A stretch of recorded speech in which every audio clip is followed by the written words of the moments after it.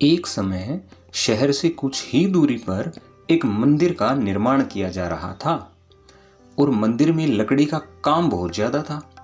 इसलिए लकड़ी चीरने वाले, काटने वाले बहुत से मजदूर वहां काम पर लगे हुए थे।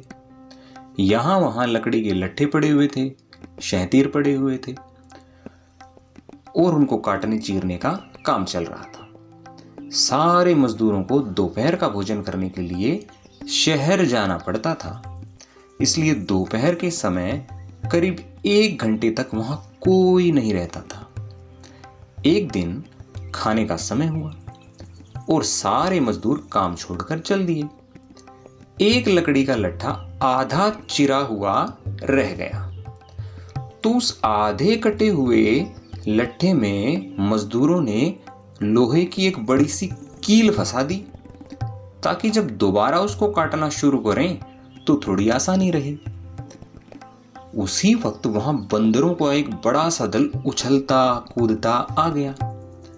उनमें एक बंदर बड़ा शरारती था, जो बिना ही किसी मतलब के चीजों के साथ छेड़खानी करता रहता था। पंगे लेना तो उसकी आदत थी। बंदरों के सरदार ने सबको वहां पड़ी चीजों के साथ छेड़खानी ना करने का आदेश दिया।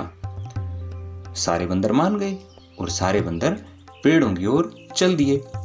पर वो शैतान बंदर सबकी नजर बचाकर पीछे रह गया और वहां अड़ंगेबाजी करने लग गया।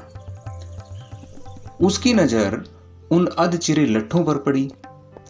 उसने आरियां देखी, लकड़ियां देखी, सबके साथ छेड़खानी करने लगा। आरियों से लकड़ियां काटने की कोशिश करने लगा। किरकिर की आवाज से उसे गुस्सा भी आया। उसने आरियों को इधर उधर फेंक दिया। फिर उसकी नजर पड़ी उस लकड़ी के अधचिरे लट्ठे पे, जिसमें कील फंसी हुई थी।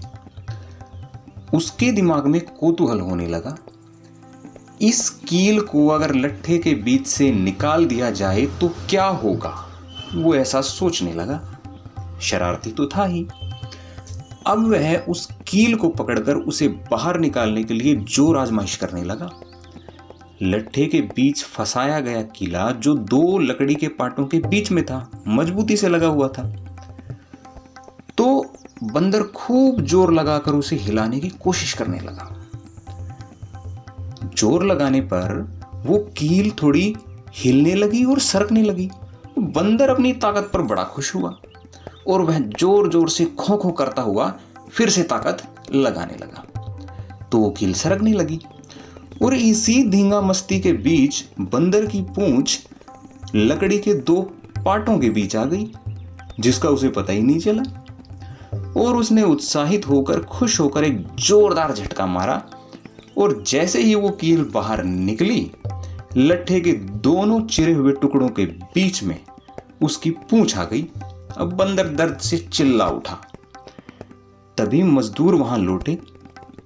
उन्हें देखते ही बंदर ने भागने के लिए जोर लगाया और जैसे ही वो भागा, उसकी पूंछ पहले ही लकड़ियों में फंसी हुई थी, वो टूट गई और वह चीखता हुआ टूटी पूंछ लेकर भाग गया।